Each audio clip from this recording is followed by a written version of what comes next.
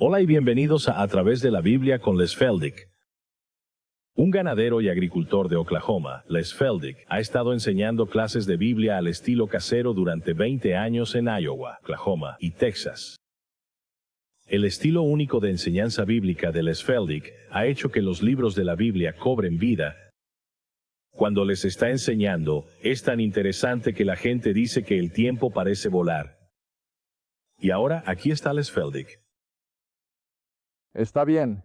Es bueno tener a todos aquí y para aquellos de ustedes en la audiencia del estudio, volveremos a 1 Corintios capítulo 15, donde nos quedamos en nuestro último programa.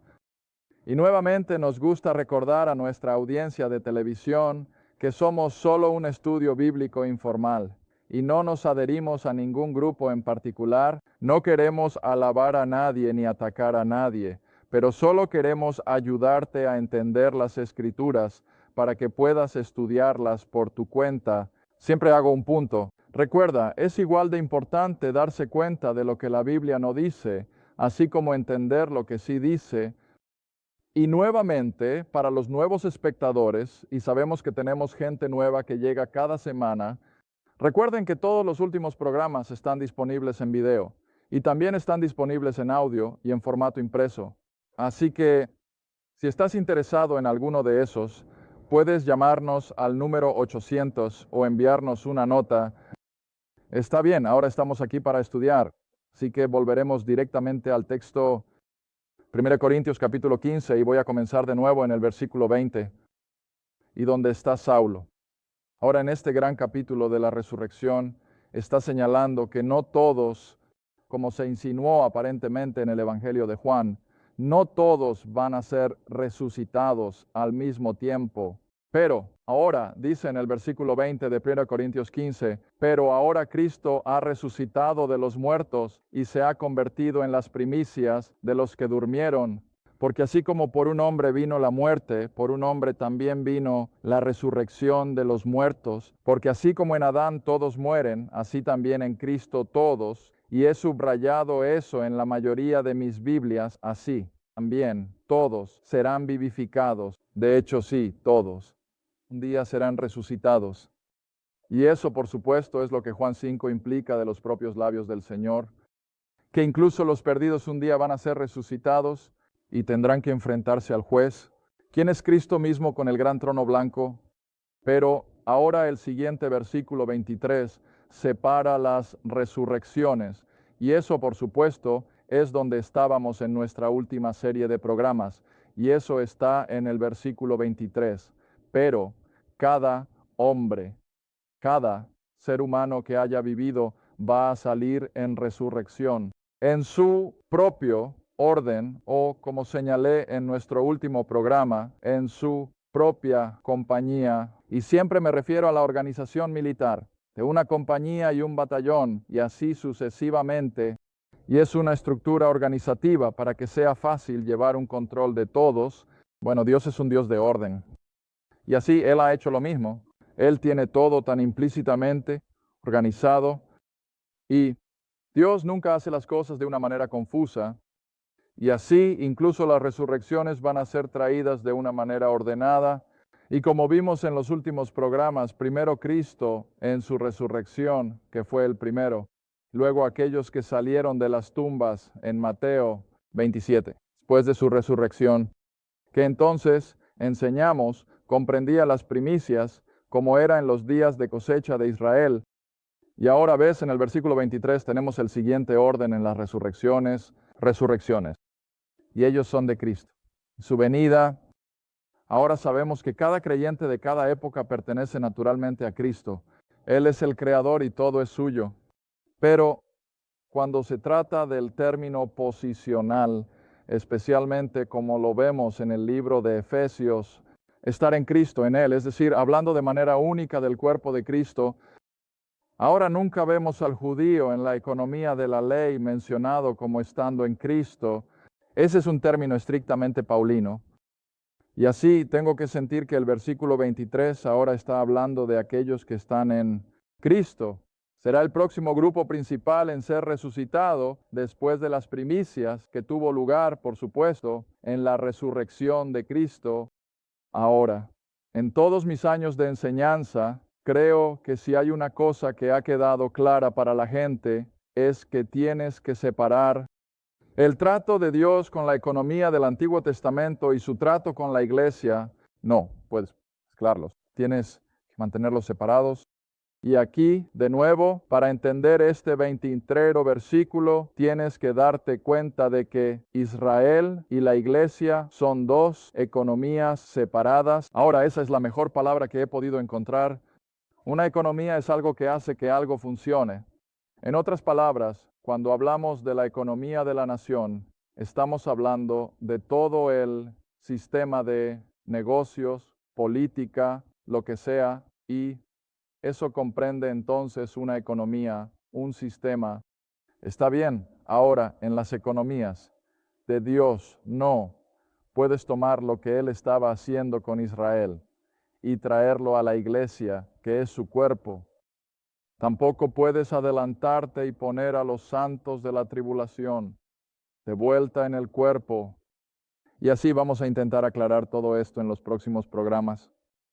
Ahora vamos a retroceder, si quieres conmigo, al libro de los Hechos, porque como dije en nuestro último programa, cubrimos bastante sobre las primicias y cómo estaba asociado con la fiesta, Días de Israel. Y luego, creo que en nuestro último programa, cuando estuvimos juntos hace un mes, cubrimos todo el alcance de la relación de Dios con la nación de Israel, preparándolos para la llegada de su Mesías, su Rey y su Redentor, Jesús de Nazaret. Y creo que mis comentarios finales fueron eso. A pesar de que las cosas parecen desesperadas para la pequeña nación de Israel hoy, parece que todo el mundo está tratando de empujarlos hacia el Mediterráneo. Sin embargo, anímense, las Escrituras han prometido que la pequeña nación de Israel nunca desaparecerá, porque tiene que estar allí para que se cumpla la profecía bíblica. Nunca pierdas de vista eso. Dios tiene que tener a la nación de Israel en la tierra, en Jerusalén, para que se cumpla la profecía. Y si eso no sucediera, entonces todo este libro se convierte en una falacia. Así que puedes estar seguro de que la nación de Israel está para quedarse. Pero ahora vamos a venir a este lado de la cruz y creo que ahí es donde nos quedamos en nuestra última vez. Cristo se presentó a la nación de Israel como su Rey y Redentor y así sucesivamente. En su mayoría la nación lo rechazó. Ahora, algunos, por supuesto, creyeron, pero era un porcentaje relativamente pequeño. Y así, en su mayoría, la nación de Israel dijo, no queremos que este hombre reine sobre nosotros. Y finalmente culminaron con qué petición: crucifíquenlo, sáquenlo de aquí. Y por supuesto, uno de los principales defensores de todo eso habría sido Saulo Tarso, a quien veremos en unos momentos. Ahora, al entrar en el libro de los Hechos, por supuesto, Dios es tan benevolente, Dios es tan lleno de gracia, que a pesar de todo lo que la nación de Israel ha hecho con respecto a su Mesías, Dios aún regresa en los primeros capítulos de los Hechos a través de Pedro y los otros 11 apóstoles, y todavía les va a dar a Israel la oportunidad de cosechar el fruto de su trabajo. Arrepiéntanse del horrible pecado de haber crucificado a su rey, y aún les vas a dar la oportunidad de tener al rey y al reino si tan solo lo creyeran. Está bien, ahora lo recogimos principalmente, por supuesto, en el gran capítulo sobre Pentecostés, en el capítulo 2. Y esto es solo un resumen superficial. Ahora, mientras vemos que todo se está construyendo para Dios, se está volviendo de la nación de Israel al mundo gentil, con el propósito entonces de llamar a un pueblo para su nombre, el cuerpo de Cristo. Está bien, en Hechos capítulo 2, versículo 22, Pedro, por supuesto, está de pie en el día de Pentecostés, allí en el gran complejo del templo, con miles y miles de judíos que han llegado de todo el mundo conocido en ese entonces. El versículo 22 dice tan claramente, hombres de Israel. Ahora, ¿recuerdas lo que dije en mis comentarios iniciales? Es igual de importante ver lo que la Biblia no dice que lo que sí dice. Ahora ven, la mayoría de nosotros hemos sido programados para pensar eso. La Biblia aquí debería decir hombres de Israel y todos ustedes gentiles. Pero no dice eso. No incluye a un solo gentil. Pedro solo se está dirigiendo a la nación de Israel y todavía está en el mismo terreno en el que estaba antes de la crucifixión. Y ese fue el pacto abrahámico y los otros diversos pactos del Antiguo Testamento. Y así, aquí está dirigiéndose solo a la nación de Israel. Hombres, Israel, escuchen estas palabras. Jesús de Nazaret, aprobado por Dios, y así sucesivamente. Ahora el versículo 23, himno. Siendo entregado por el consejo determinado y la previsión de Dios, ustedes han tomado y con manos malvadas han crucificado y matado. Ahora, ese es un lenguaje claro, ¿no? ¿De qué está acusando a la nación? Habiendo matado a su Mesías, lo asesinaron. Aunque no lo hicieron con sus propias manos, lo exigieron y hicieron que Roma lo llevara a cabo. Y así Pedro les está trayendo esto que ellos habían rechazado abiertamente a su Mesías. Está bien, ahora entonces bajen al versículo 36. Y aquí nuevamente es igual de importante ver lo que no dice, así como lo que sí dice.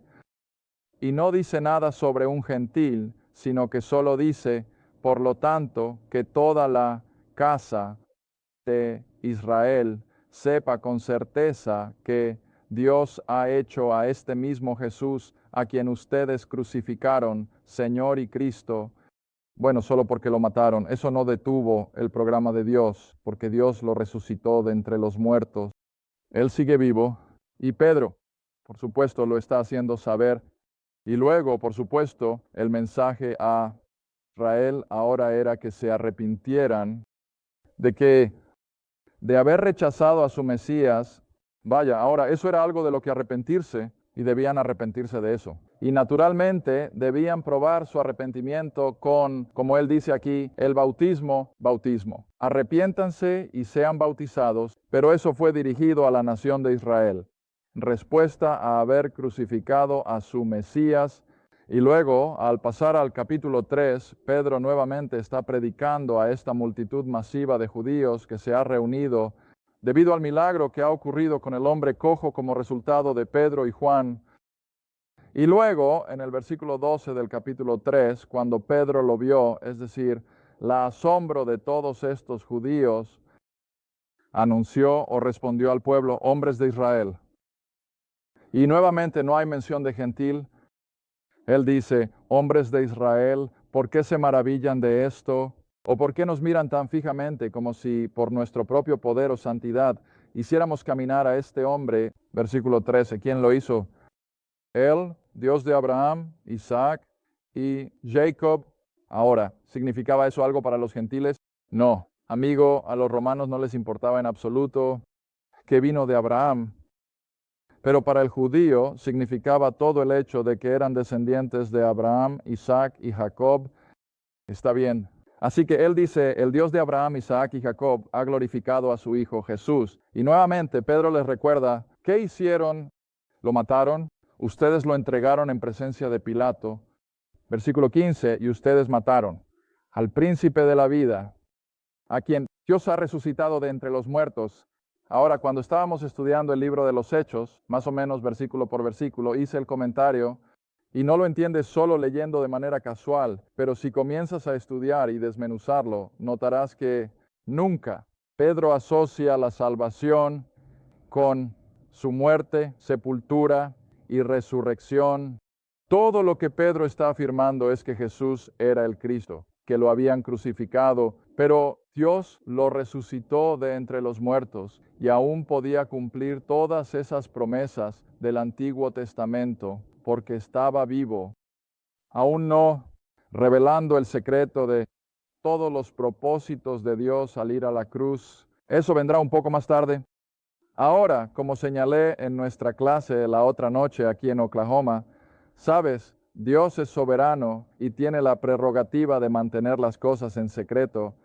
Y Deuteronomio 29:29 dice eso tan claramente. ¿Ves? Que Dios mantiene las cosas en secreto hasta que las revela. Pero cuando lo revela, espera que la humanidad lo crea. Y así, este es el alcance completo de las Escrituras, que Dios mantendrá las cosas en secreto hasta un momento particular en el tiempo. Bueno, aún no ha revelado que en esa muerte, sepultura y resurrección estaba envuelta la salvación de toda la raza humana, pero él todavía está tratando con Israel sobre la base de esos pactos, promesas. Bueno, como regla, cuando pasamos por el libro de los Hechos, me gusta llevarlos hasta el capítulo 7, y recuerda, esto es solo un resumen, para llevarnos a Saulo de Tarso y la llamada de la iglesia, que es la siguiente parte, la resurrección. Así que esa es la razón de mi locura. Está bien. Ahora en el capítulo 7 de los Hechos, Esteban ha recorrido toda la historia judía desde la llamada de Abraham hasta la ley. A través de la venida de Cristo se proclamó a sí mismo como su Mesías y ahora, por supuesto, están listos para lanzarse sobre él y condenarlo a muerte. Cuando levantó el nombre de Jesús y Nazaret, y luego recordarás que se lanzaron sobre él unánimemente en el versículo 57, versículo 58, lo echaron fuera de la ciudad, y no olvides quiénes son ellos. Eran los judíos, y lo echaron fuera de la ciudad y lo apedrearon, que era la forma judía, por supuesto, de condenar a muerte a las personas. Esa era su pena capital. Y dejaron sus ropas a los pies de un joven, cuyo nombre era Saulo. Ahora, esta es la primera vez que tenemos a alguien que no sea de los 12, y los ancianos de Israel se introducen en los actos del conde Saulo de Tarso. Nunca hemos oído hablar de él antes, ¿verdad? Ahora de repente va a llenar las páginas de la mayor parte de nuestro Nuevo Testamento. Está bien, y así, mientras lo apedreaban, Esteban en el versículo 59 dijo, Señor Jesús, recibe mi espíritu. Y mientras se arrodillaba y clamaba al Señor con voz fuerte, Señor, no les tomes en cuenta este pecado. Y cuando dijo esto se durmió. Y ahora capítulo 8, versículo 1, y Saulo de Tarso, estaba consintiendo, y creo que el griego probablemente lo haría un poco más fuerte. De hecho, él estaba promoviendo su muerte, y hubo una gran persecución contra esos judíos creyentes en Jerusalén. Está bien, ahora, entonces pasas al capítulo 9. Todo hasta este punto en el tiempo ha sido Dios tratando con su pueblo de pacto. Todo lo que abarca el Antiguo Testamento, como mostramos en nuestra última serie de programas, estaba dirigido no exclusivamente, pero casi a la nación de Israel. Hubo algunas excepciones, por supuesto, y ahora hay una separación de caminos en el programa de Dios para la raza humana. Por primera vez ahora va a desviarse todo ese concepto de solo judíos, solo judíos, solo judíos. Y ahora vamos a hacer esta tremenda declaración a Saulo de Tarso. Ahora, no vamos a dedicar tiempo a su experiencia de salvación en el camino a Damasco. Creo que la mayoría de ustedes están familiarizados con eso, pero me gustaría que bajaran hasta el capítulo 9.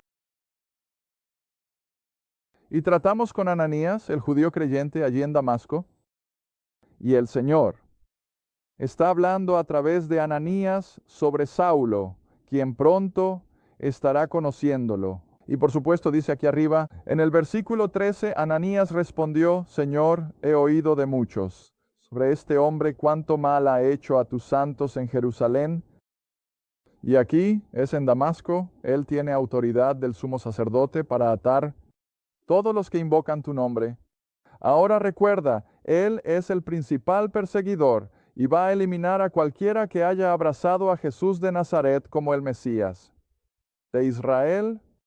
Ahora, ¿quieres recordar que la mentalidad principal de la mayoría de los judíos, incluso hoy en día, es la misma que la de Saulo de Tarso?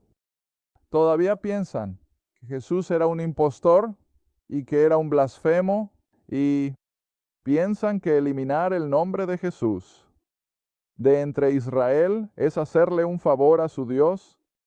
Y creo que he compartido esta pequeña anécdota en un programa anterior.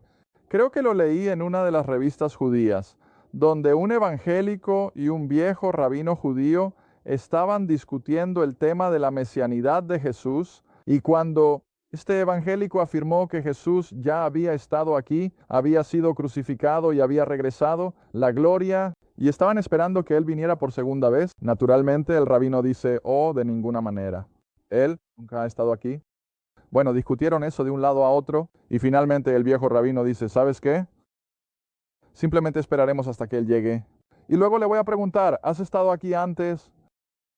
Bueno, ya sabes, eso lo dice todo. Y ese es el pensamiento judío, ¿ves? Que Él aún no ha venido. En Israel, un guía judío, lo de Jesús. Nuestro guía era un judío ortodoxo, carta cabal, y no se andaba con rodeos al respecto. Ahora, él podía hablar sobre Jesús, conocía relatos del Evangelio sobre el ministerio terrenal de Cristo mejor que la mayoría de nosotros, pero cuando le preguntabas, bueno, ahora, ¿eres un creyente? ¿Eres cristiano? Oh, no, soy un judío ortodoxo.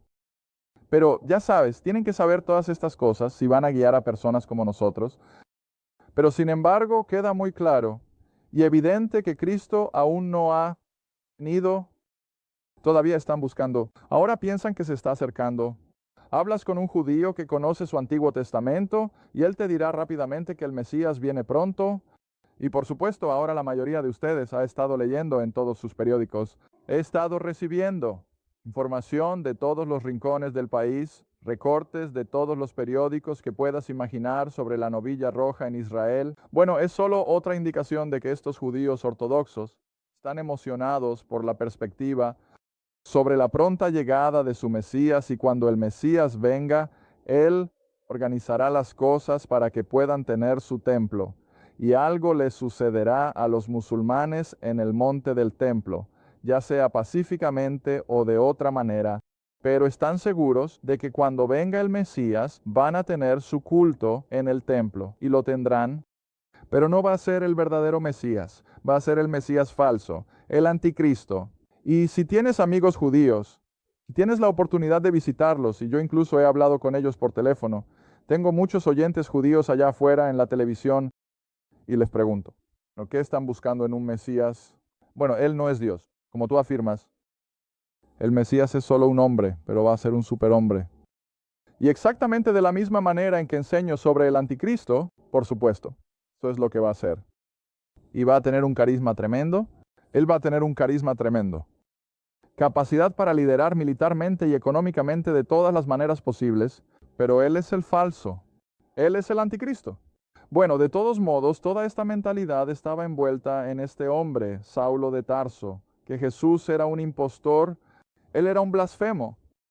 Y así, esto es lo que Ananías quiere decir aquí, que he oído de muchos, cómo Él tiene la autoridad ahora en el versículo 14 para atar a todos los que invocan tu nombre. Ahora mira el versículo 15. Y si nunca lo has notado antes, ustedes que están en la televisión anoten este versículo donde Ananías, ahora en Damasco, está siendo hablado por el Señor Jesús desde el cielo. Y Él dice, ve tu camino, porque el Saulo de Tarso es un vaso escogido para mí, para llevar mi nombre ante ti, que gentiles. Ahora ves, nunca has visto esto antes. Sé que la gente se sorprende cuando les digo que Jesús nunca ministró a los gentiles, con una o dos excepciones, y no pueden aceptar eso. Y tratan de encontrar todo tipo de excusas de que Él debió haber ido a los gentiles. Bueno, siempre digo, muéstrame en las Escrituras. Muéstrame dónde tuvo algún contacto con los gentiles. Bueno, no lo hizo, excepto con el centurión romano y la mujer cananea. Y aparte de eso, limitó su ministerio a esa pequeña franja de tierra entre el Jordán y el Mediterráneo, solo a los judíos. Y se lo dejó tan claro a los 12 que no vayan. No entres en el camino de los gentiles, ni en el camino de un samaritano. Y ese fue un lenguaje claro y directo. Ahora, retrocede un minuto. No, sigue un poco más adelante. Ve a Hechos capítulo 11, porque este es el único versículo, supongo, que hizo más para abrir mi propia forma de pensar que cualquier otro versículo en las Escrituras, para llevarme al lugar donde pude ver que yo solo había estado tratando con el judío, con excepciones. Siempre tendré que incluir eso. Pero él estaba tratando con la nación de Israel, a partir de las promesas del Antiguo Testamento. Y ahora mira lo que dice Hechos 11, versículo 19. Y es tan claro. No es un galimatías, ya sabes, como un decreto gubernamental. Este es un lenguaje sencillo. Y aquellos que fueron dispersados a causa de la persecución que surgió por Esteban, de la que acabamos de leer en el capítulo 7. Esos judíos que sufrieron esa persecución, encabezados por supuesto por Saulo de Tarso, fueron dispersados tan lejos o viajaron tan lejos como Venus, Chipre y Antioquía predicando. Hay palabra, y siempre tengo que detenerme ahí. ¿Qué palabra tienen? Antiguo Testamento. No hay Nuevo Testamento escrito aún. Y así la única palabra de Dios que tenían era el Antiguo Testamento. Y así fueron por todas partes, predicando la palabra del Antiguo Testamento a... ¿Cuál es la siguiente palabra? Ninguno. ¿Solo judíos? Ahora, si puedes incluir a los gentiles ahí, entonces eres un milagro más grande de lo que yo podría esperar ser. Simplemente no sucede. ¿No tienen gentiles en su audiencia? Están apelando solo al judío sobre la base de todas esas promesas del Antiguo Testamento. Está bien, ahora regresemos al capítulo 9 por un momento. Pero ves aquí, Dios está soberanamente poniendo un tenedor en el camino. Y ahora va a enviar a este hombre, Saulo de Tarso, lejos hacia los gentiles. Y luego en el versículo 16, y sabemos que se cumplió hasta el último punto y coma, porque Dios le dice a Ananías, le mostraré a Saulo cuán grandes cosas debe sufrir por causa de mi nombre. Y si no crees que eso no se cumplió, entonces solo regresa a 1 Corintios, creo que es el capítulo 10, o 2 Corintios 10, donde Saulo repasa todas las cosas horribles que le sucedieron al llevar el evangelio a los gentiles. Está bien, entonces ahora continúas. En el capítulo 9, después de que había comido algo y le devolvieron la vista.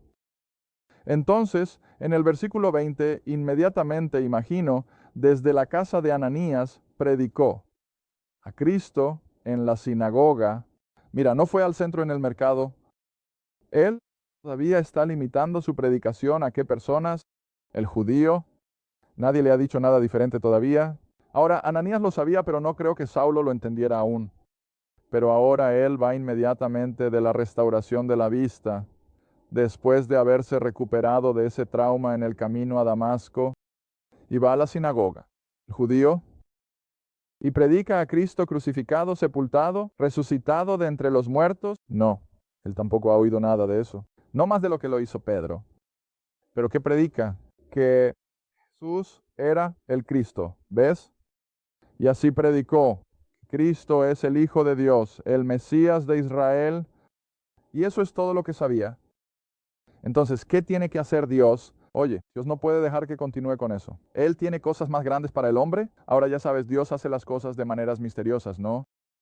Dios podría haberle aparecido en una visión y decirle, ahora Saulo, las cosas se van a poner bastante complicadas aquí en Damasco. Mejor vete, sal por la puerta principal y dirígete hacia el sur. No, Dios no hace eso con este hombre. Él espera hasta que las amenazas de muerte se vuelven tan intensas. Las está escuchando de más de una dirección. Saulo, hay personas en Damasco que están tratando de matarte. ¿Y qué hacen sus amigos? Bueno, tienen que dejarlo bajar por la pared en una canasta en medio de la noche y no por el lado donde pasaba la carretera principal. Evidentemente estaba en la parte trasera de Damasco y siempre tengo que recordarle a mis clases porque ¿cómo te hubiera gustado estar en los zapatos de Saulo hace 2000 años sin el beneficio de todas las luces de la calle y luces por todas partes? Estaba completamente oscuro y lo dejaron bajar por la parte trasera de la pared y tiene que encontrar su camino, sabiendo que hay personas allá afuera tratando de matarlo. Y así fue como lo hizo Dios. Y desde Damasco lo llevó, como nos dice más tarde en Gálatas capítulo 1, lo llevó al monte Sinaí en Arabia. Bueno, el mismo lugar donde Dios le dio la ley a Moisés, Dios ahora le va a dar a este hombre toda doctrina de la gracia. Y en esta doctrina de la gracia, Saulo generalmente se referirá a ella como la revelación del misterio. Si deseas más información sobre los ministerios Les Feldick, un estudio bíblico en tu área, o sobre este programa, escribe a los ministerios Les Feldick, Ruta 1, Caja 760. Quinta, Oklahoma. 74552. Esa es la ruta 1. Caja 760. Quinta, Oklahoma. 74552. A través de la Biblia con Les Feldick es apoyado por los espectadores y tu donación es apreciada. Gracias. Y asegúrate de sintonizar la próxima vez para A través de la Biblia con Les Feldick.